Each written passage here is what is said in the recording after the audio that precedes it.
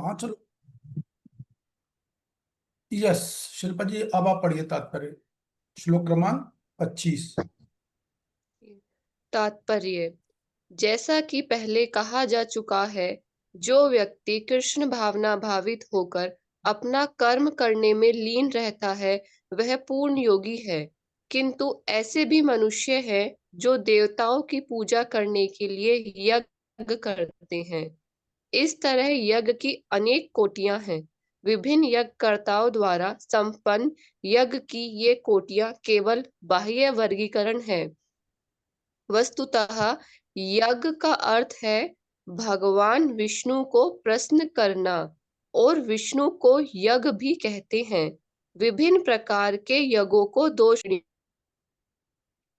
और म्यूट हो गया आप क्या मेरे? नहीं, म्यूट हो माता जी गया। म्यूट हो गई हैं। अनम्यूट कीजिए माता जी अपने आप को। ठीक है प्रभु जी, हो गए। Sorry sorry.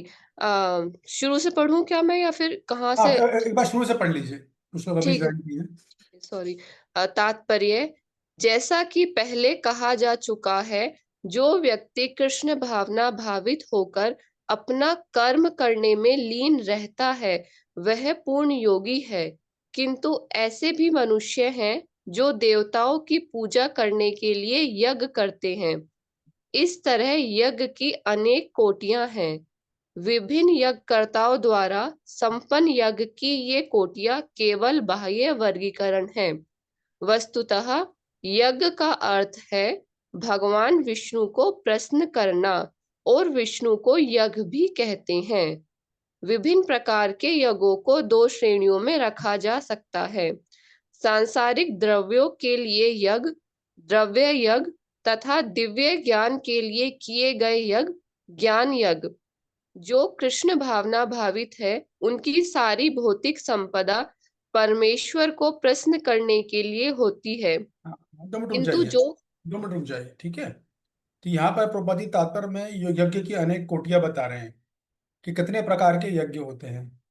हालांकि उन्होंने ये भी क्लियर कर दिया कि वस्तुतः यज्ञ का अर्थ क्या है, भगवान विष्णु को प्रसन्न करना। तो यज्ञ कौन करते हैं? जो वैष्णव होते हैं। वो जो यज्ञ करते हैं तो उनका, मुझे जैसे मैंने पिछले श्लोक में आपको बताया था, क्रियाएं समान होती हैं, लेकिन फल व्यक्ति की चेतना, उसका उद्देश्य, उसका मंतव्य पर निर्भर करता है। तो वैष्णव जो यज्ञ करता है उसका एक लक्ष्य होता है भगवान विष्णु को या कृष्ण को प्रसन्न करना। बस उसे और कुछ नहीं चाहिए, उस यज्ञ से कोई फल नहीं चाहिए उसको, तो वो होता है। इसके अलावा और भी यज्ञ बताए जा रहे हैं, जैसे कि बता रहे हैं यहाँ पर सांसारिक द्रव्य के लिए यज्ञ, द्रव्य यज्ञ। द्रव्य यज्ञ से क्या तात्पर्य है, कौन बताना चाहेगा? ये क्या है द्रव्य यज्ञ? सांसारिक द्रव्यों के लिए यज्ञ। यस डॉक्टर नीता जी बताइए। हरे कृष्ण प्रभु जी। सांसारिक जो द्रव्य का मतलब संपत्ति, पैसे से, मुद्रा से होता है, यानी संपत्ति के लिए जो हाँ, यज्ञ किया तो जाता ये कौन करते हैं ये? है। ये जो सांसारिक भोगों को भोगना चाहते हैं, सुख ऐश्वर्य जो संसार में रह के, भौतिक संसार में रह के जो भोगना चाहते हैं, वो सकाम कर्म। हाँ, सकाम कर्मी। ये द्रव्य यज्ञ जो है, इस काम कर्मी जो यज्ञ करते हैं उसका एक नाम द्रव्य यज्ञ भी है। मतलब जब वो यज्ञ करेंगे, शास्त्रों का निमित्त करते हैं वो, लेकिन उनको बहुत सारे उसमें रूपवती भार्या चाहिए उनको, या अच्छे संतान चाहिए, या आरोग्य चाहिए, स्वास्थ्य चाहिए, इत्यादि वगैरह वगैरह। ये तो एक हो गया। प्रभु। दूसरा है दिव्य ज्ञान के लिए किए गए ज्ञान यज्ञ। ये कौन सा यज्ञ, इसे कौन सा बताना चाहेगा? दिख रहा है आपको? एक होगा द्रव्य यज्ञ और एक ज्ञान यज्ञ। तो ज्ञान यज्ञ क्या है? यस राकेश प्रभु। हरे कृष्ण प्रभु जी, दंडवत प्रणाम प्रभु बोला जी। यहाँ प्रणाम। निर्विशेषवादी जो ब्रह्म ज्योति में लीन होना चाहते हैं उनके लिए कहा गया है प्रभु जी। तो वो लोग का यज्ञ करते हैं क्या? नहीं प्रभु जी, वो कर्मों को छोड़ देते हैं हम्म। और वैराग्य ले लेते हैं और वेद विमर्शन करते हैं प्रभु जी। ओके, तो ये बात सही है कि जो पहली लाइन है वो सकाम कर्मी के लिए है, और दूसरी लाइन जो है वो ज्ञान योगी के लिए है। लेकिन अभी ज्ञान योग जो करते हैं वो यज्ञ करते हैं या नहीं करते हैं, इसकी भी चर्चा भी हम करेंगे। ठीक है, आगे पढ़िए। जो कृष्ण भावना भावित है उनकी सारी भौतिक संपदा परमेश्वर को प्रसन्न करने के लिए होती है। किंतु जो किसी क्षणिक भौतिक सुख की कामना करते हैं वे इंद्र, सूर्य आदि देवताओं को प्रसन्न करने के लिए अपनी भौतिक संपदा की आहुति देते हैं, रुक जाइए, किंतु अन्य रुकिए रुकिए रुकिए रुकिए। तो पहली लाइन है, जो कृष्ण भावना भावित हैं उनकी सारी भौतिक संपदा परमेश्वर को प्रसन्न करने के लिए होती है। ये प्रभुपाद जी किनके बारे में बात कर रहे हैं, बताइए शिल्पा जी। प्रभु जी जो भक्ति योग को फॉलो करते हैं। हाँ गुड, वैष्णव जो होते हैं उनकी बात हो रही है, भक्ति योग बोलो आप या कृष्ण भक्त बोलो। इसके बाद है, किंतु जो किसी क्षणिक भौतिक सुख की कामना करते हैं, इंद्रदेव सूर्य आदि देवता को प्रसन्न करने के लिए अपनी भौतिक संपदा की आहुति देते हैं, ये किनकी बात हो रही है?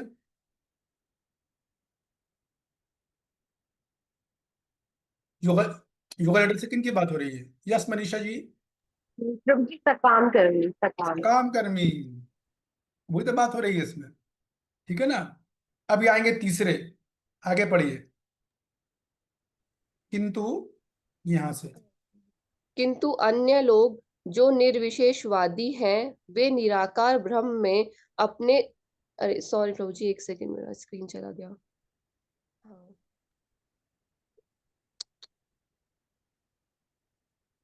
क्या हुआ? किंतु अन्य लोग जो निर्विशेषवादी हैं वे निराकार ब्रह्म में अपने स्वरूप को स्वाहा कर देते हैं। ये किनकी बात हो रही है, उससे क्या मतलब है? अपने स्वरूप को स्वाहा कर देते हैं, कौन बताना चाहेगा ये? आ रहा समझ में? हाँ राकेश को बताइए, बता देंगे। ये प्रभु जी बताया हुआ है, जो ब्रह्म ज्योति में प्रभु जी लीन होना चाहते हैं उनके लिए ये है। हाँ बिल्कुल सही है। तो स्वरूप को स्वाहा कर देते हैं, इससे क्या मतलब है इसका? उनका जीवन का उद्देश्य ही रहता है, साध्य ही रहता है कि हमको ब्रह्म ज्योति में ये हो जाना है, यानी अपने आप को उसी में विलीन कर लेना है, उनका गंतव्य जो है। हाँ ठीक है, वो तो आपने गंतव्य बताया, लेकिन स्वरूप को स्वाहा कर देना से क्या तात्पर्य है? प्रश्न समझा नहीं प्रभु जी। जो लाइन है ना, उनके स्वरूप को स्वाहा कर देते हैं, दिख रहा है ना आपको? जो निर्विशेषवादी है वे निराकार ब्रह्म में अपने स्वरूप को स्वाहा कर देते हैं, इससे क्या तात्पर्य है? आप उत्तर सही दे रहे हो, गलत नहीं दे रहे हो। जी। बस आपकी समझावट को थोड़ा सा मैं और शार्प करना चाह रहा हूँ, बस ये बात है। यह सदानंदिनी योगिनी माता जी। हरे कृष्ण प्रभु जी, सबका बता रहा हूँ। प्रभु जी हाँ अपने अस्तित्व को खत्म कर देते हैं ब्रह्म ज्योति में मिलकर, अपने अस्तित्व। मतलब वही है। स्वरूप से मतलब है आत्मा। तो स्वरूप को क्या करते हैं प्रभुपाद जी, एक पोइटिक लैंग्वेज है ये। वो अपने स्वरूप को हवन में स्वाहा, हम बोलते हैं ना स्वाहा, तो मतलब वो अपनी आत्मा को निराकार ब्रह्म में स्वाहा कर दिया, अपनी आत्मा को निराकार ब्रह्म में मर्ज कर दिया, ये बात। बाकी अर्थ वही है जो आप लोग समझ रहे हो, सही है एकदम। आगे पढ़िए। देवतागण ऐसी शक्तिमान जीवात्माएं हैं जिन्हें ब्रह्मांड को ऊष्मा प्रदान करने, जल देने तथा प्रकाशित करने जैसे भौतिक कार्यों की देखरेख के लिए परमेश्वर ने नियुक्त किया है। जो लोग भौतिक लाभ चाहते हैं, वे वैदिक अनुष्ठानों के अनुसार विविध देवताओं की पूजा करते हैं। ऐसे लोग बहिरीश्वरवादी वही कहलाते हैं। ईश्वरवादी के तो किंतु कौन है जो इनको? लोग परम एक wait wait wait, Prabhupada ji किनको बोल रहा है वही ईश्वरवादी? किसकी बात हो रही है यहाँ पर? वही ईश्वरवादी कौन कहेंगे, आज बताइए डॉक्टर नीता। तो मुझे जैसे अपनी अलग अलग इच्छाओं के लिए जो अलग अलग देवी देवताओं की पूजा करते हैं, हाँ तो उनको उसको, कहा जाता है। उसको बहुत शास्त्रों में सारे ईश्वर में विश्वास रखना। उनको शास्त्रों में कौन सा कांड बोला गया है? कर्म कांड। नहीं, कर्मकांड वाले यज्ञ करते हैं, इसलिए मैंने प्रश्न पूछा था। इसको बोला गया उपासना कांड, ठीक है। कर्मकांड वाले यज्ञ करते हैं, ये भैश्वरवादी उपासना कांड वाले जो देवी देवताओं की पूजा करते हैं, ये बात है। आगे पढ़िए। जी प्रभु जी, किंतु जो किंतु जो जो लोग परम सत्य निर्गुण स्वरूप की पूजा करते हैं और देवताओं के स्वरूप को अनित्य मानते हैं, वे ब्रह्म की अग्नि में अपने आप की ही आहुति दे देते हैं। ऐसे निर्विशेषवादी परमेश्वर की दिव्य प्रकृति को समझने के लिए दार्शनिक चिंतन में अपना सारा समय लगाते हैं। इनकी बात हो दूसरे रही है, शब्द ये किनकी बात कर रहे हैं प्रभुपाद जी?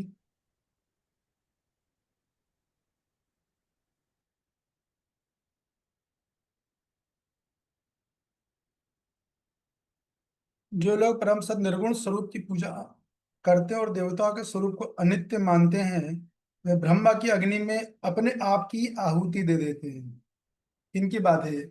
आगे प्रभुपाद जी ने लिख भी दिया है, ऐसे निर्विशेषवादी परमेश्वर की दिव्य प्रकृति को समझने के लिए दार्शनिक चिंतन में अपना सारा समय लगाते हैं। तो बेसिकली ये ज्ञान योगी की बात हो रही है।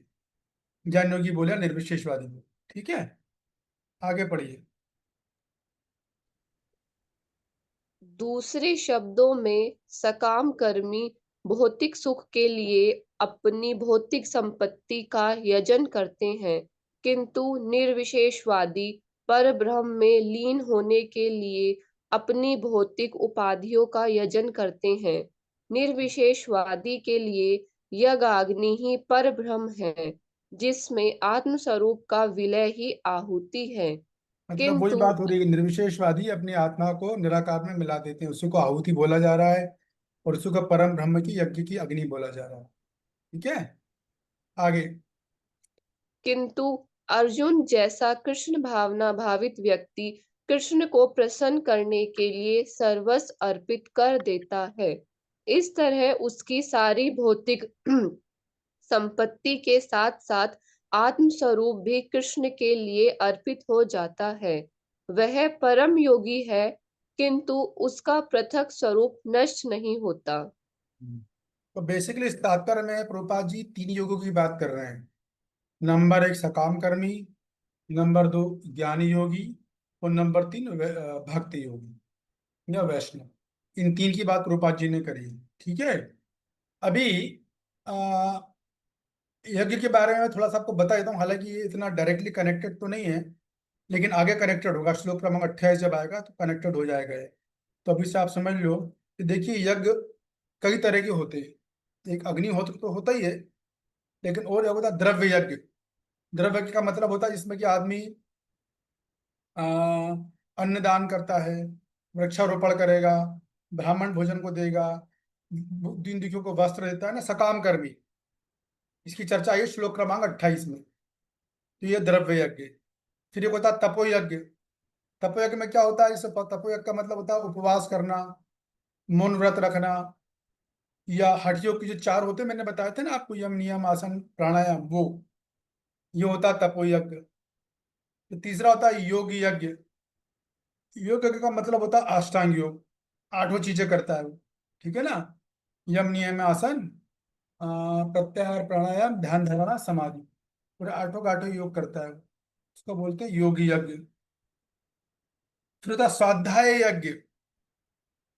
अभी जो हम लोग यज्ञ कर रहे हैं, स्वाध्याय यज्ञ का मतलब क्या होता है? भगवत गीता, श्रीमद् भागवतम का अध्ययन करना, आचार्यों के प्रकाश लीला में इन पुस्तकों को समझना, गुरु शिष्य संवाद को समझना। तभी हम लोग जो यज्ञ कर रहे हैं ये भी महान यज्ञ है। इसको बोलते हैं स्वाध्याय यज्ञ, जो वैष्णव करते हैं। ठीक है ना, ये स्वाध्याय यज्ञ हो गया। इसके बाद फिर एक और यज्ञ होता है ज्ञान यज्ञ। ज्ञान यज्ञ जैसा कि अभी बताया कि ज्ञान योगी करते हैं वेद विमर्शन करना घंटों, और क्या करते हैं? अविद्या का नाश करते हैं और अपने आत्मबोध यानी आत्म स्वरूप को प्राप्त करते हैं ये लोग। तो इस तरह से ये यज्ञ, इस तरह की ये कुल मिला के 6 तरह के यज्ञ होते हैं। द्रव्य यज्ञ, तपो यज्ञ, योग यज्ञ, स्वाध्याय यज्ञ और ज्ञान यज्ञ। 5 तरह के यज्ञ हो गए। ठीक है ना, इन सब का वर्णन अगले श्लोक 28 में आने वाला है, तो अभी ध्यान रखना आप। हम लोग जब कल चर्चा करेंगे तो आपको श्लोक समझ में आ जाएगा। ठीक है, इसके बाद इसमें और भी चीजें होती हैं। यज्ञ करने वाला किस गुण से प्रभावित है वो भी फर्क पड़ता है।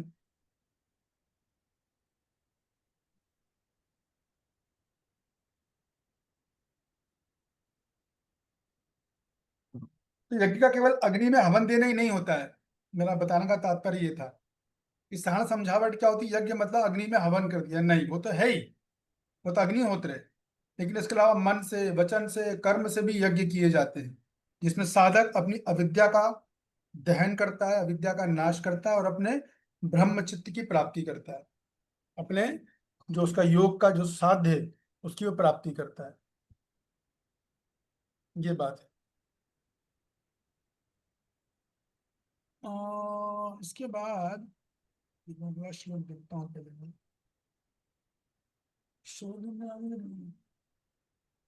ओके ठीक है, एक छोटी चीज मैं आपको और बता देता हूँ कि कल मैंने ब्राह्मण के आपको वो बताए थे, 6 तरह के ब्राह्मण होते हैं, बराबर है, तो वो आप लोगों ने लिख लिए हैं।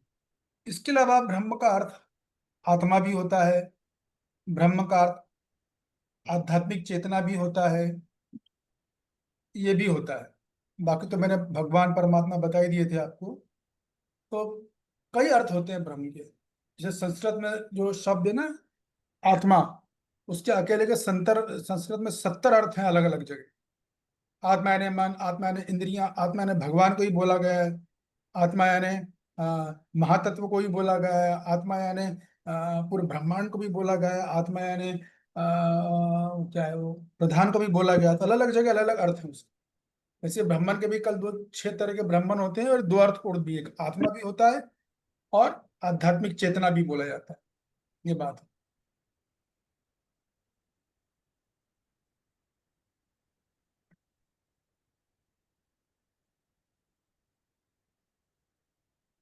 जैसे अगर आप कठोपनिषद पढ़ोगे ना, तो उसमें आया एक श्लोक, एको अमनसितो ब्रह्म च जीवश्च।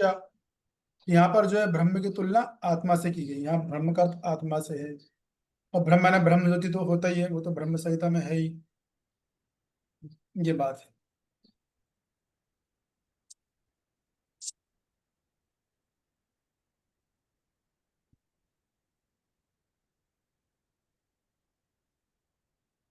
तो ब्रह्म शब्द का अर्थ किस जगह क्या लिया गया, ये हमको जो है संदर्भ देखकर समझना पड़ता है। आचार्यों के मार्गदर्शन में हम समझ पाते हैं कि इसका सही अर्थ क्या है, कहाँ पर किस संदर्भ में निकाला गया, ये बात है। ठीक है, श्लोक क्रमांक 26 पढ़िए राकेश प्रभु। श्रोत्रादीनि इंद्रिया अन्य संयम अग्निशि जुहवति, शब्दादीनि विषयानान्य इंद्रिया अग्निषु जुहवति। हरे कृष्ण प्रभु जी, दंडवत प्रणाम। अनुवाद श्रील प्रभुपाद द्वारा। श्रील प्रभुपाद की जय। इनमें से कुछ विशुद्ध ब्रह्मचारी श्रवणादि क्रियाओं तथा इंद्रियों को मन की नियंत्रण रूपी अग्नि में स्वाहा कर देते हैं, तो आवाज धीरे आ रहा है आपका राकेश प्रभु, थोड़ा तेज पढ़िए। दूसरे लोग नियमित गृहस्थ इंद्रिय विषयों को इंद्रियों की अग्नि में स्वाहा कर देते हैं। हाँ, तो देखिए 4 तरह का आश्रम होते हैं, ब्रह्मचारी, गृहस्थ और वानप्रस्थ। तो सबके वो लोग भी यज्ञ करते हैं, ऐसा नहीं कि यज्ञ नहीं करते। तो यज्ञ को समझाया जा रहा है, पूरे कॉन्सेप्ट को। यज्ञ का मतलब वो ही नहीं है जो जनरल समझावट है, अग्नि लगा के स्वाहा कर देना। ब्रह्मचारी का यज्ञ क्या है? स्वाध्याय, समझो आप, शास्त्र का पढ़ना और शास्त्र पढ़ाना, ये ब्रह्मचारी का सबसे धर्म माना गया, सबसे पहला धर्म है, जैसे करना ही है। अगर वो ये नहीं कर रहा तो वो किस तरह का ब्रह्मचारी है?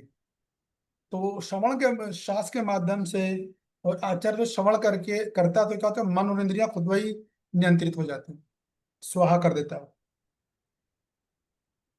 है। स्वाध्याय रूपी अग्नि में स्वाहा कर दिया उसने अपने मन और इंद्रियों को, ये कहने का मतलब। पर कुल मिला के बात यह है कि ब्रह्मचारी का धर्म है ना स्वाध्याय।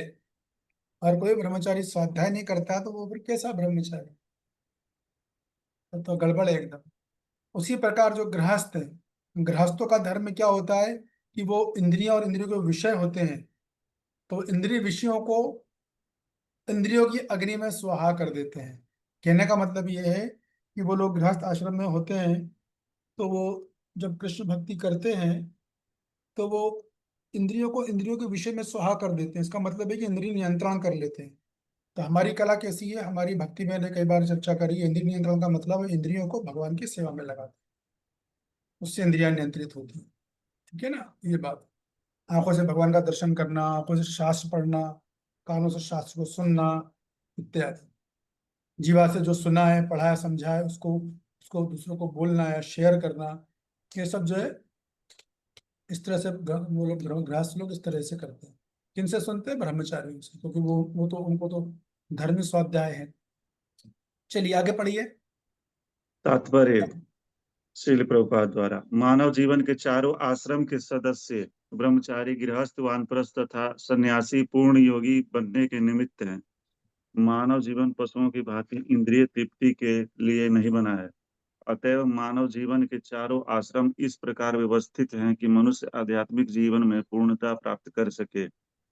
ब्रह्मचारी या शिष्यगण प्रामाणिक गुरु की देख रेख में इंद्रिय तृप्ति से दूर रहकर मन को वश में करते हैं। वे कृष्ण भावनामृत से संबंधित शब्दों को ही सुनते हैं। श्रवण ज्ञान का मूलाधार है। अतः शुद्ध ब्रह्मचारी सदैव हरे नाम नुकीर्तनम अर्थात श्री भगवान के यश के कीर्तन तथा श्रवण में ही लगा रहता है। एक मिनट, जी अभी यहाँ पे बोल रहे हैं प्रभुपाद जी की जो ब्रह्मचारी होते हैं वो हमेशा भगवान के यश कीर्तन और श्रवण में लगे रहते हैं, तो क्या गृहस्थ नहीं लगे रहते? क्या वानप्रस्थ नहीं लगे रहते? आप लोग भी श्रवण कर रहे हो तो उससे क्या तात्पर्य है, क्या मतलब है इसका? इसका तात्पर्य ये है कि भाई ब्रह्मचारी आपको अपना अधिक से अधिक समय शास्त्र अध्ययन में लगाना चाहिए। गृहस्थ को तो बहुत सारी जिम्मेदारियां होती है, वो थोड़ी लगा पाएगा इतना, कितना लगाएगा बेचारा? उसको जाना है, घर भी देखना है, ऑफिस भी देखना है, संभालना भी है, तो वो शास्त्र का इतना गहन बारीकी से अध्ययन नहीं कर सकता है। लेकिन ब्रह्मचारी को तो ऐसा कुछ करना ही नहीं है, उसको थोड़ी ना ऑफिस जाना है, दुकान खोल के बैठना है, नहीं। तो उसको अपना अधिक से अधिक समय शास्त्र अध्ययन में ही लगाना चाहिए। और फिर चूंकि गृहस्थों के पास इतना समय नहीं होता है, तो ब्रह्मचारी का कर्तव्य बनता है कि जो कुछ सीखा है, जो समझ रहा है, वो क्या कहते हैं, गृहस्थों को या जो वानप्रस्थ है उनको वो बताए, उनको बताए कि शास्त्र में ये बातें हैं, ऐसे सब बताया गया, और शास्त्रीय ज्ञान उनके साथ शेयर करे, उनका विभाजित करे, ये मतलब। बाकी तो सभी को ही, सबके लिए सब कुछ है, लेकिन ये ब्रह्मचारी के लिए स्वाध्याय प्राथमिक है। जिस प्रकार गृहस्थ के लिए दान प्राथमिक है, 16वें अध्याय में हमने चर्चा की थी, पहला श्लोक, तो ब्रह्मचारी के लिए स्वाध्याय प्राथमिक है, प्रभुपाद जी उसी की जो है बल दे रहे हैं। आगे बढ़िए।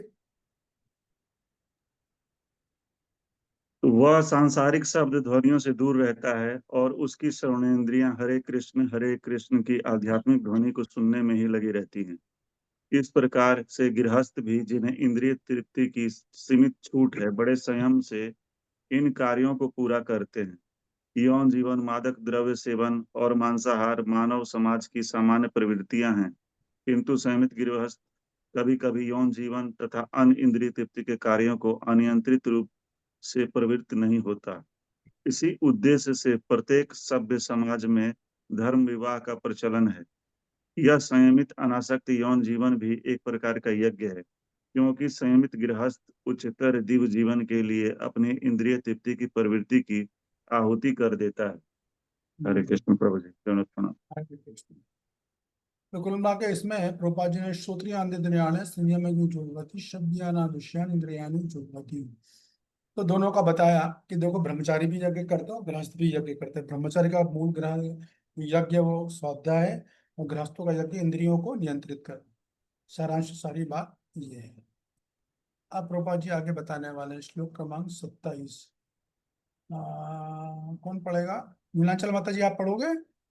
जी प्रभु जी, मैं पढ़ूंगी। सर्वाणींद्रियाणि कर्माणि प्राणा कर्माणि चापरे आत्मसंयम यज्ञो जुन्नावती ज्ञान दीपति।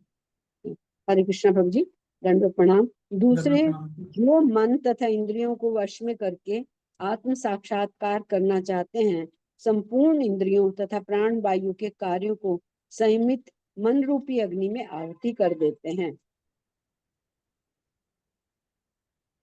तात्पर्य। एक सेकंड। दूसरे, जो मन तथा इंद्रियों को वश में करके आत्म साक्षात्कार करना चाहते हैं, संपूर्ण इंद्रियों तथा प्राण वायु को कार्यों को संयमित मन रूपी, संपूर्ण इंद्रियों तथा प्राण वायु के कार्यों को संयमित मन रूपी अग्नि में आहुति कर देते हैं। अच्छा ठीक है, ओके। तात्पर्य, हाँ, इसकी बात, ये किनकी बात हो रही है यहाँ पर, कौन बताएगा? यस राकेश प्रभु। अष्टांग योगी की प्रभु जी। हाँ, अष्टांग योगी की बात हो रही है। प्राणवायु शब्द आ गया ना, समझ जाओ अष्टांग योगी। चलिए पढ़िए। तात्पर्य। यहाँ पर पतंजलि द्वारा सूत्रबद्ध योग पद्धति का निर्देश है। पतंजलि कृत योग सूत्र में आत्मा को प्रत्यगात्मा तथा परागात्मा कहा गया है। जब तक जीवात्मा इंद्रिय भोग में आसक्त रहता है, तब तक वो परागात्मा कहलाता है, और ज्यों ही वो इंद्रिय भोग से विरत हो जाता है, तो प्रत्यगात्मा कहलाने लगता है। हाँ, रुक गया। तो परागात्मा किसको बोलते हैं? नहीं पढ़ा ना? कौन है परगात्मा? ये सब टेक्निकल वर्ड हमको पता होना चाहिए कि किनकी भाषा है। अष्टांग योगियों की भाषा है, ठीक है ना। अष्टांग योग शास्त्र उसके अनुसार परगात्मा उसको बोलते हैं भौतिकवादी, जो पूरी तरह जीवन जिसका लक्ष्य केवल इंद्रिय भोग है, आसक्त रहता है, वो आता है, वो परगात्मा।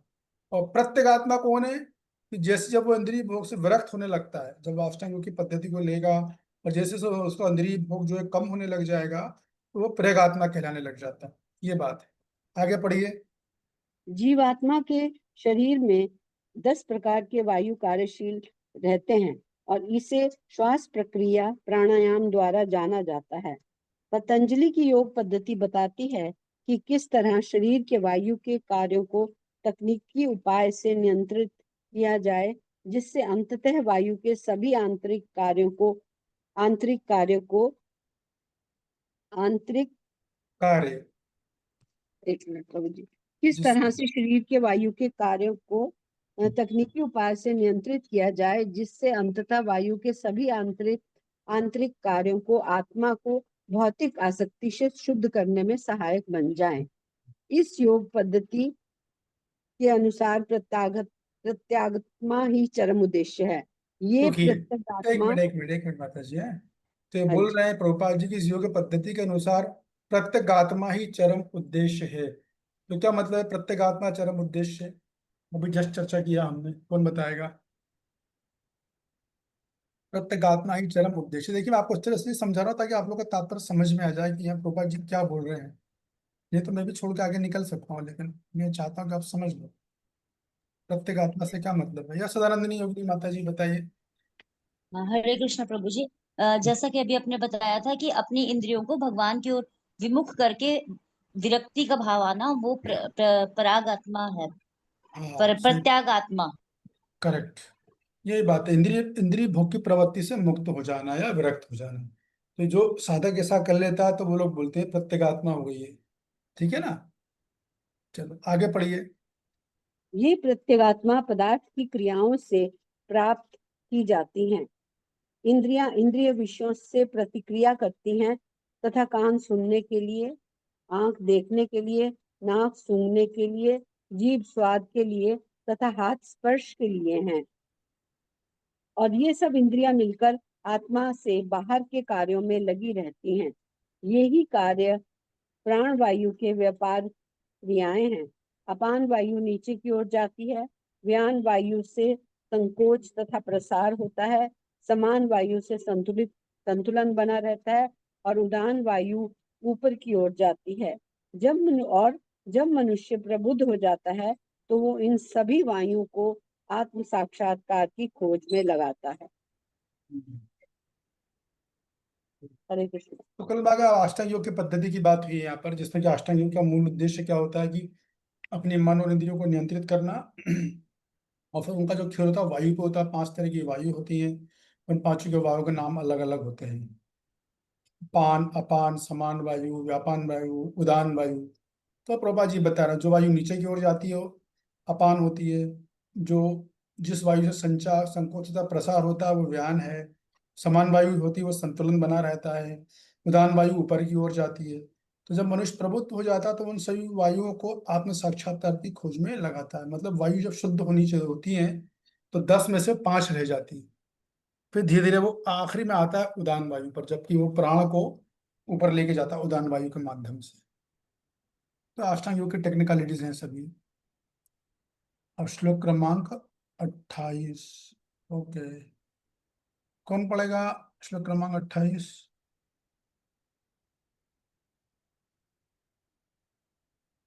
कांता जी पढ़िए, वेरी गुड। द्रव्य यज्ञास्तोपो यज्ञ योगा यज्ञस्था परे स्वाध्याय ज्ञान यज्ञाश्च यतया सशंति व्रता। आप लोग अगर वीडियो ऑन कर सके तो अच्छी बात है, जो कर सकते हैं तो, नहीं तो कोई बात नहीं। पढ़िए। शिव कृपाल जी की जय। कठोर कठोर व्रत अंगीकार करके कुछ लोग अपनी संपत्ति का त्याग करके, कुछ कठिन तपस्या तपस्या द्वारा, कुछ अष्टांग योग पद्धति के अभ्यास द्वारा अथवा दिव्य ज्ञान में उन्नति करने के लिए वेदों के अध्ययन द्वारा प्रबुद्ध बनते हैं। पढ़े कब जी आगे? एक रुक जाइए।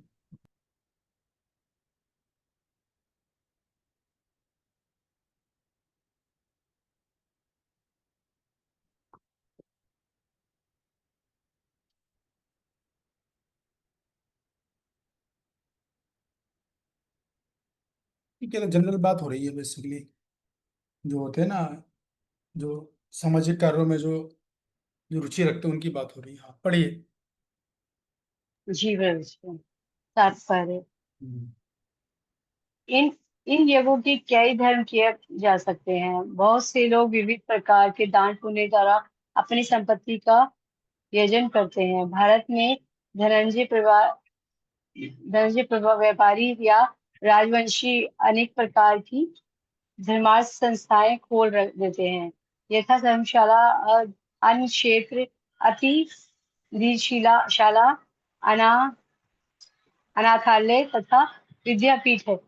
इन अनेक देशों में भी अनेक अस्पताल, बूढ़ों के लिए आश्रम तथा गरीबों को भोजन, शिक्षा तथा चिकित्सा की सुविधाएं प्रदान करने के दातव्य संस्थान है। यह सब दान कर्म द्रव्यमय यज्ञ है। अन्य लोग रुकिए रुकिए, तो सामाजिक जो सेवा होती है उसको क्या बोलते हैं? जो पेड़ लगाना, अतिथिशाला खोलना, धर्मशाला खोलना, प्याऊ खोलना, ये सब जो रोगियों को जाकर फल देना इत्यादि, तो ये जो यज्ञ होते हैं ये भी एक तरह का यज्ञ है। इस यज्ञ का नाम क्या है? द्रव्यमय यज्ञ। द्रव्यमय यज्ञ, ये आप लोगों को समझना चाहिए। द्रव्य मतलब वस्तु यानी पदार्थ। तो ये लोग का रुचि पदार्थ में होती है ना, पदार्थ मतलब शरीर से रुचि है। ये लोग केवल शरीर तक ही सीमित रहते हैं, इसलिए उनको बोलते हैं द्रव्यमय यज्ञ। ठीक है ना, आगे पढ़िए। अन्य लोग जीवन में उन्नति करने अथवा उच्च लोकों में जाने के लिए चंद्रायन तथा चातुर्मास्य जैसे विविध तप करते हैं। ये इन किसकी बात हो विविधियों रही है? के जो भगवान के पास जाना चाहते हैं या उनसे ऊपर है थोड़ा। नहीं, कौन से योगी की बात हो रही है? अन्य लोग जीवन में उन्नति करने अथवा उच्च लोकों में जाने के लिए चंद्रायण तथा चातुर्मास जैसे विविध तप करते हैं। इन विधियों के अंतर्गत कतिपय कठोर नियमों के अधीन कठिन व्रत करने होते हैं। यह सनिता जी बताइए। हरे कृष्ण प्रभु जी, धन्यवाद प्रणाम प्रभु जी। तपो यज्ञ है। तपो यज्ञ, ओके, ठीक है, पढ़िए। जैसे विविध तप करते हैं। इन विधियों के अंतर्गत कतिपय कठोर नियमों के अधीन कठिन व्रत करने होते हैं। उदाहरणतः चातुर्मास से व्रत रखने वाला वर्ष के 4 मासों जुलाई से अक्टूबर तक बाल नहीं काटता, ना ही कतिपय खाद्य वस्तुएं खाता है और ना दिन में 2 बार खाता है, ना निवास स्थान छोड़कर कहीं जाता है। जीवन के सुखों को का ऐसा परित्याग तपोमय यज्ञ कहलाता है। जो मैंने कुछ आपको लोग पहले ऐसे बता दें ना, रुकिए, मैंने बता दें कई तरह के यज्ञ होते हैं। द्रव्यमय यज्ञ, तपोमय यज्ञ, योग यज्ञ, स्वाध्याय यज्ञ, या स्वाध्याय के बोले या स्वाध्याय ज्ञान यज्ञ भी बोलते हैं। तो सबका वर्णन यहाँ पर एक एक करके आ रहा है, तो मैं आपको पहले बता चुका हूँ, आप समझते जाओ प्रभुपाद जी कहाँ पर कौन सा यज्ञ बोल रहे हैं। आगे पढ़िए। कुछ लोग ऐसे भी हैं जो अनेक अनेक योग पद्धतियों का अनुसरण करते हैं तथा पतंजलि पद्धति ब्रह्म में तदाकार होने के लिए अथवा हठ योग या अष्टांग योग विशेष सिद्धियों के लिए कुछ लोग समस्त तीर्थ स्थानों की यात्रा करते हैं। ये वह सारे अनुष्ठान योग यज्ञ कहलाते हैं। हाँ, तो अष्टांग योगी जो योग करते हैं, जो जो अष्टांग योग जो करते हैं उसको कौन सा योग बोलते हैं? योगी यज्ञ। ठीक है, तो द्रव्यमय यज्ञ हो गया, तपोमय यज्ञ हो गया, और ये योग यज्ञ। क्वेश्चन बढ़िया से बनेगा राकेश प्रभु, मनीषा जी। योग यज्ञ किन किन के लिए है? बना लो आप क्वेश्चन। जी प्रभु जी। द्रव्यमय यज्ञ किन के लिए है? तपोमय यज्ञ किन के लिए है? ठीक है ना, सब जी यही प्रभु लिखा हुआ है। श्लोक नंबर जरूर डाल दीजिएगा लेकिन जब मुझे भेजोगे आप तो। जरूर प्रभु जी, मैं वैसे ही कर रहा हूँ। ठीक है, और अपना आगे पढ़िए। जो भौतिक जगत में किसी सिद्धि विशेष के लिए किए जाते हैं। कुछ लोग ऐसे हैं जो विभिन्न वैदिक साहित्य तथा उपनिषद तथा वेदांत सूत्र या सांख्य दर्शन के अध्ययन में अपना ध्यान लगाते हैं, इसे स्वाध्याय यज्ञ कहा जाता है। रुक जाइए, ये सा रुकिए रुकिए, तो चौथा यज्ञ स्वाध्याय यज्ञ, ये लाइन में जो ऊपर प्रभुपाद जी ने किन किन योगियों की बात कर रहे हैं प्रभुपाद जी? आप लोग सुन नहीं रहे क्या? कुछ लोग ऐसे हैं जो विभिन्न वैदिक साहित्य तथा उपनिषद तथा वेदांत सूत्र या सांख्य दर्शन के अध्ययन में अपना ध्यान लगाते हैं। तो किन कौन से योगियों की बात हो रही है योगा लीडर से? सिंपल है भाई, इतना गला फाड़ फाड़ के। ज्ञान योग प्रभु जी। हाँ, ज्ञान योगी की बात हो रही है यहाँ पर। ठीक है, ओके, पढ़िए आगे। जी किंतु प्रभु जी। ये सारे योगी विभिन्न प्रकार के यज्ञों में लगे रहते हैं और उद- उच्च जीवन, उच्च जीवन की तलाश में रहते हैं, किंतु कृष्ण भावनामृत इनसे पृथक है, क्योंकि वह परमेश्वर की प्रत्यक्ष सेवा है। इसे उपयुक्त किसी भी यज्ञ में से प्राप्त नहीं किया जा सकता, अपितु भगवान तथा उसके प्रमाणिक भक्तों की कृपा से ही प्राप्त किया जा सकता है। फलतः कृष्ण भावनामृत दिव्य है। तो कृष्ण महाभारत क्यों दिव्य है? क्योंकि प्रभुपाद जी बोल रहे हैं बाकी के यज्ञ को लोगों को खुद की अपनी शक्ति से करना है, अपने प्रयास से करना है, अपने बल से करना है। लेकिन जो कृष्ण भक्ति जो दिव्य है वो इसलिए है, या कृष्ण महाभारत तो यज्ञ दिव्य है क्योंकि वो खुद से प्राप्त नहीं होता, वो केवल भगवान या भगवान की किसी भक्ति कृपा से ही मिलता है। इसका अर्थ ये नहीं कि हमको अपना प्रयास नहीं करना है, प्रयास तो करते हैं, लेकिन जो परिणाम है वो कृपा से मिलता है। तो इसमें साधक को अपने लिए अनावश्यक बहुत ज्यादा श्रम इत्यादि नहीं करना पड़ता है। जैसा बताया गया, आचार्यगण जैसा बता रहे, बस वैसा करते चले। और उस करने में भी अगर कोई कठिनाई है तो भी दिक्कत नहीं है, बस आप में सिंसेरिटी, हमें गंभीरता होनी चाहिए। सिंसेरिटी ऑफ पर्पस बोलते हैं प्रभुपाद जी। लक्ष्य के प्रति हम गंभीर कितना है, इससे भगवान और भगवान के भक्त प्रसन्न होकर, वो प्रसन्न होते हैं तो फिर हम अपने लक्ष्य को प्राप्त कर लेते हैं। ये बात है। तो कुल मिलाकर श्रीधर स्वामी तो ये बात बोल रहा है कि पढ़ के कि देखो भाई, जितने भी यज्ञ हैं ये लक्ष्य एक्चुअली में जो है भगवान की ओर ही संकेत करते हैं, परोक्ष रूप से अपरोक्ष रूप से। कृष्ण भक्त का जो यज्ञ वो परोक्ष डायरेक्ट कृष्ण की सेवा कर रहे हैं, बाकी के लोग भी कृष्ण को कर रहे हैं मगर वो अपरोक्ष रूप से कर रहे हैं, यानी इनडायरेक्टली कर रहे हैं। बाकी तो रमणाचार्य जी बोलते हैं कि ये जो श्लोक चल रहे हैं ये सब जो है निष्काम कर्म योग को स्पष्ट करते हैं। इसमें साधक कर्म जो है खुद अपने वैदिक वर्णों के अनुसार कर्म करता है और फल भगवान को अर्पित करता है। भगवत अर्पित निष्काम कर्म योग की बात हो रही है।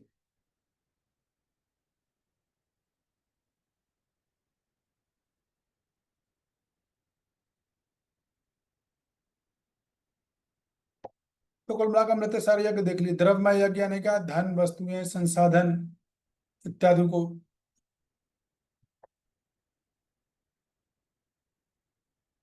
इनको लगाना, पेड़ लगाना इत्यादि।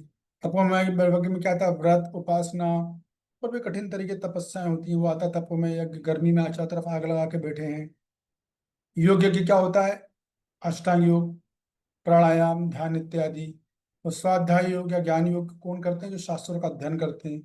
तो भक्ति योगी भी करते हैं और ज्ञान योगी भी करते हैं, दोनों करते हैं, लेकिन दोनों का करने की विधि अलग अलग है और दोनों का लक्ष्य भी अलग अलग है। ये बात है। तो कुल मिला के श्लोक हमें बता रहा है कि भिन्न भिन्न प्रकार के यज्ञ होते हैं। वो केवल यज्ञ का मतलब वही नहीं कि हम जब अग्नि जलाते हैं, हवन करते हैं। तरह तरह के यज्ञ होते हैं। और वो इतने सारे हमने चर्चा किया, द्रव्य यज्ञ, तपोमय यज्ञ इत्यादि की चर्चा हमने करी। लेकिन सफलता तभी है जब ये भगवान की प्रसन्नता के लिए किए जाए। भगवान की प्रसन्नता के लिए करते तो बाकी के लोग जो कर रहे हैं ना, या आत्मशुद्धि के लिए या मन को, इंद्रिय मन को नियंत्रित करने के लिए, सतह ही उसमें इंक्लूड हो जाता है, अलग से प्रयास नहीं करना पड़ता है।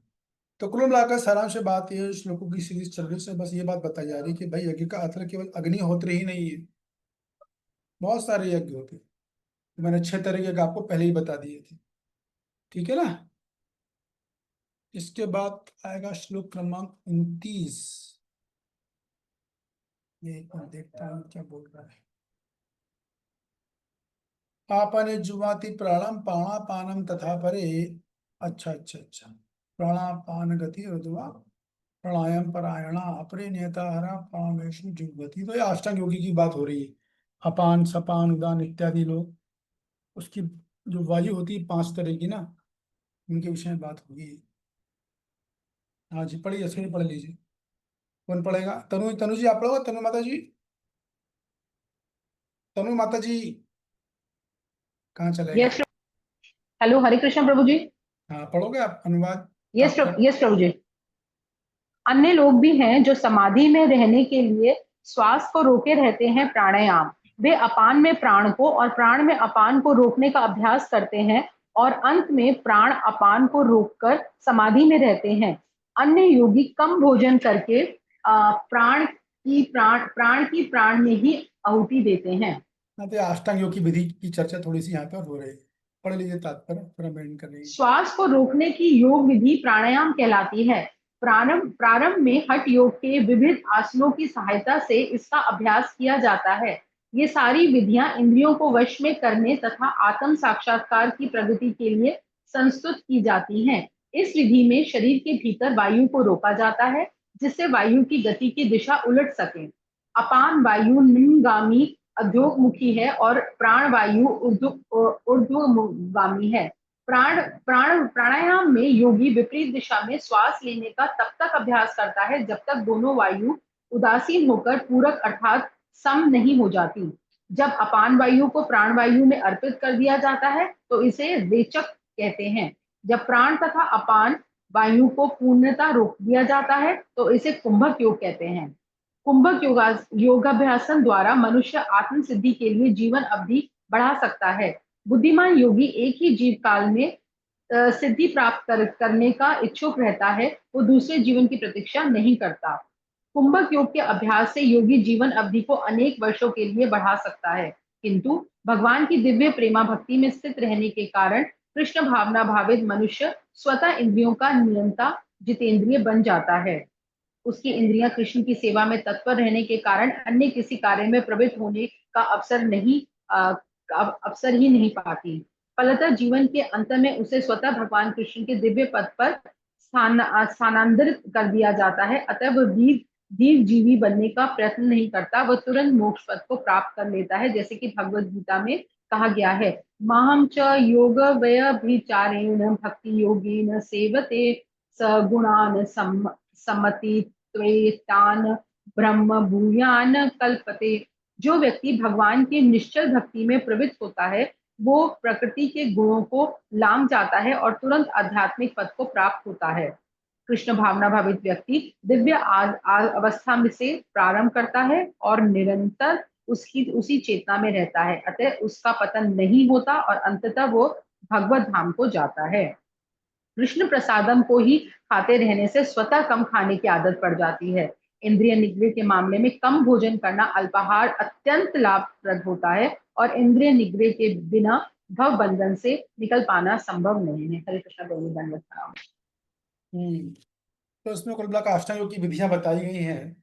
तो हम लोग तो भक्ति योग करते हैं, लेकिन फिर भी यदि श्वास की दृष्टि से हो तो कोई अष्टांग का कोई कुछ आसन या प्राणायाम लिया जा सकता है। क्योंकि हमारे आचार्य रूप गोस्वामी, आपने पढ़ा होगा नेक्टर ऑफ इंस्ट्रक्शन, उससे बोलते हैं अनुकूल ना संकल्प। यदि भक्ति के लिए अनुकूल है, क्योंकि शरीर को स्वस्थ रखना भी जरूरी है, उसमें से आसन और प्राणायाम हम लोग भक्त लोग ले लेते हैं, तो वो करना भी चाहिए। उससे बॉडी फिट रहती है, एनर्जेटिक रहती है, काफी फायदा रहता है उससे शरीर को, तो वो भाग ले सकते हैं। बाकी मूलतः तो हम लोग जो है भक्ति के नवदा होंगे उन्हीं को गंभीरता से करने का प्रयास करते हैं। फिर एक बात और ये भी है कि भाई अष्टांग योगी या ज्ञान योगी जो भी है, ये योग तो करते हैं, लेकिन फिर भी चूंकि इनके पास का इंद्रियों के लिए एंगेजमेंट नहीं होती है, जो भक्त योगी के पास होती है। तो इस वजह से अष्टांग योगी और इंद्र योगी जो ज्ञान योगी हैं, इनके पतन की संभावना बनी रहती है, रिस्क ज्यादा रहता है। और दूसरा, इनको जो भी योग कर रहे हैं अपने ही प्रयास से इनको करना है, इसमें कृपा का कोई रोल नहीं है। क्योंकि भक्ति योग में क्या होता है कि एक हमारी इंद्रियां भगवान के सामने लगाने का हमें चांस मिलता है, उससे हमारी इंद्रियां जो है बहुत ही जो आध्यात्मिक हो जाती हैं। और दूसरा, अगर हम कभी विफल भी हो रहे हैं लेकिन हम अपने प्रयास में गंभीर हैं, गंभीरता से भगवद गीता को समझने का प्रयास करते हैं, उसको जीवन में उतारने का प्रयास करते हैं और अपने आप को अपराध से बचाने का जितना संभव प्रयास करते हैं, तो भक्त जो है बहुत जल्दी भक्ति में तेजी से प्रगति कर जाता है। फिर उसके लिए मन का भटकना, इंद्रियों का निग्रह, ये कोई बड़ी समस्या नहीं रहती। उनको आराम से वो टेकल कर लेता है। ये बात है, मूल मुद्दा ये है। तो ठीक है, हमने 29 तक कर लिया है, कल हम 30 से चालू करेंगे, ठीक है ना। आप सबका बहुत बहुत धन्यवाद, थैंक यू वेरी मच। किसी को कुछ कहना है तो बोल सकता है, अभी 2-3 मिनट हैं। सर मुझे नेक्स्ट बैच में जाना है। यश शिल्पा जी बोलिए। प्रभु जी एक क्वेश्चन था मेरा। जी प्रभु जी जो हमने फर्स्ट वाले उसमें पढ़ा था कि वो ब्रह्म में विलीन हो जाता है, वो मुझे समझ में नहीं आया कि अस्तित्व ब्रह्म में विलीन हो जाता है। फर्स्ट वाला मतलब क्या? श्लोक मतलब जो किसने हमने बताइए। आज सबसे फर्स्ट जो योगा करा था, सॉरी श्लोक करा था, श्लोक नंबर 25, उसमें था कि वो निर्विशेषवादियों का कि वो ब्रह्म में उनका अस्तित्व लीन हो जाता है, तो वो हाँ, समझ में वो नहीं आया मेरे प्रोपात को। जी के लिखने का तरीका है, शैली है प्रोपात जी की। कि भाई देखिए क्या होता है कि प्रोपात जी को जैसे ही सुनते हैं ना कि कोई ऐसा अध्यात्मवादी है जिसका विचार ये है कि मेरे को जो मैं एक आत्मा हूँ और मुझे निराकार ब्रह्म में विलीन होना है, तो इसका मतलब ये होता है कि आत्मा का जो अपना अस्तित्व है उसको वो नकार देते हैं, हम तो विलीन हो गए। तो प्रभात जी को इससे बड़ा चिढ़ आती है, क्योंकि प्रभात जी तो जानते हैं कि आत्मा का एक अलग अस्तित्व रहता है। और वो उदाहरण से बताते हैं, जैसे मान लो हरे पेड़ पे हरा तोता। अभी हरा तोता अगर हरे पेड़ में चला गया तो आप बाहर से देखोगे तो दिखेगा नहीं। मैंने खुद ये देखा है कई बार, कोशिश की देखने की, तोते को झुंड आते थे, बैठते थे, हम वृंदावन में रहते थे जब, तो वो दिखते नहीं थे। तो क्या इसका मतलब ये हो गया कि तोते ने अपना अस्तित्व खो दिया, दिख नहीं रहा था? नहीं, तोता पेड़ के अंदर है, उसका अपना अलग अस्तित्व है, उसकी अपनी इंडिविजुअलिटी है, उसका अपना व्यक्तित्व अलग से है, हालांकि वो पेड़ में समा गया है। ठीक उसी प्रकार जो आत्मा होती है, तो प्रभा जी इस बात को मानते हैं, हमारे वैष्णवाचार्य बोलते हैं कि आत्मा का अपना एक अलग अस्तित्व होता है। हालांकि वो भगवान का अंश है, उसका अपना एक अलग अस्तित्व होता है, लेकिन ये लोग क्या करते हैं कि अपने अस्तित्व को ही खोना चाहते हैं, जहाँ ब्रह्म ज्योति में विलीन हो गए। तो प्रभा जी उस दृष्टि से बोल रहे हैं कि ज्ञान योगी जो है ब्रह्म में विलीन होना, इसी बात को मानते हैं। ठीक है। जी प्रभु जी। यस नीलांचल माता जी। हरे कृष्ण प्रभु जी, दंडवत प्रणाम प्रभु जी। ऐसा ही मेरा भी एक क्वेश्चन है। मैं कुछ जैसे ये कहते हैं ज्ञानी लोग जीवात्मा ही परमात्मा है, और हम कहते हैं भक्त लोग जीवात्मा भगवान का अंश है। और प्रभुपाद जी के में कहीं लिखा आया है कि इस शरीर में दो दो जने हैं, जीवात्मा और परमात्मा। जीवात्मा फल की पक्षी है, खाता है, परमात्मा उसका साक्षी है। इसको थोड़ा सा डिफ्रेंशिएट करके मुझे क्लैरिटी दे दीजिए प्रभु। इसमें थोड़ा समय लगेगा, लेकिन मैं शॉर्ट में बता देता हूँ कि देखिए प्रोपा वो एनालॉजी कठोपनिषद से लिया गया श्लोक है वो, जिसमें कि जीवात्मा अलग है, परमात्मा अलग है, दोनों एक ही शरीर पर बैठे हैं। मतलब ये देह जो है इसकी तुलना पेड़ से की गई है, इसमें दो पक्षी बैठे हैं, एक आत्मा और एक परमात्मा। अब कर क्या रहे हैं? तो जो जीवात्मा है वो क्या कर रही है? पेड़ों के फल को खा रही है। मतलब जीवात्मा जो है वो भौतिक इंद्रिय तृप्ति में लगी ना चाहती है, भौतिक सुख में लगी हुई है। लेकिन जिस प्रकार पेड़ के सारे फल कभी मीठे नहीं होते, ठीक है ना, पेड़ में कोई फल खट्टा है तो कोई मीठा होगा, कोई तीखा होगा, कोई कड़वा होगा, कोई फीका होगा। लेकिन जीवात्मा ये आकांक्षा करती है कि हर फल मीठा हो, इसीलिए वो दुखी रहती है। मतलब वो संसार में सुखी सुख चाहती है, कोई भी कार्य करेगी, लेकिन ऐसा नहीं होता है। तो जीवात्मा जो है, इसलिए प्रोपात जी बोलते हैं कि और कठोपनिषद बोलता है कि जीवात्मा संसार के भोग में लगी है, ये कर रही है। परमात्मा क्या है? ये बस उसका विटनेस, साक्षी है। वो साक्षी के रूप में रहती है कि जीवात्मा कर क्या रही है। वो कुछ इंटरफेरेंस नहीं करेगी, अरे अरे मत करो, कड़वा फल है मत खाओ, मतलब दुख आएगा ये काम मत करो, ऐसा वो नहीं करेगी। चुपचाप देखते रहेंगे। और जीवात्मा अपने आप जो है प्रकृति के नियमों में बंधा रहेगा। लेकिन जब वो जीवात्मा भगवान की शरण लेती है, जब वो भगवान की भक्ति करना चालू करती है, नवदा भक्ति, तब फिर भगवान उस गुरु को भेजेंगे, साधु को भेजते हैं, शास्त्र को भेजते हैं समझाने के लिए, और उसके व्यक्तिगत जीवन में हस्तक्षेप करते हैं। तो कुल मिला के बात यह है कि जीवात्मा परमात्मा दोनों होते हैं शरीर में, और दोनों का फंक्शन अलग अलग है। ये बात है, हालांकि आत्मा परमात्मा का अंश है, लेकिन है अलग उससे, तो एक अलग अंश है। उसकी अपनी इंडिविजुअलिटी है, व्यक्तित्व है उसका, है कि नहीं? जी प्रभु जी, बहुत समझ में आ गया, क्लैरिटी मिली, धन्यवाद प्रभु जी। हरे कृष्णा। Thank you. संदनी माता जी अब कर लूंगा मैं, मेरे को अगले बैच में जाना है, मात्र 2 मिनट बचे हैं। Thank you very much. Hare Krishna. Hare Hare Krishna प्रभु जी, दंडवत दंडवत प्रणाम। प्रणाम।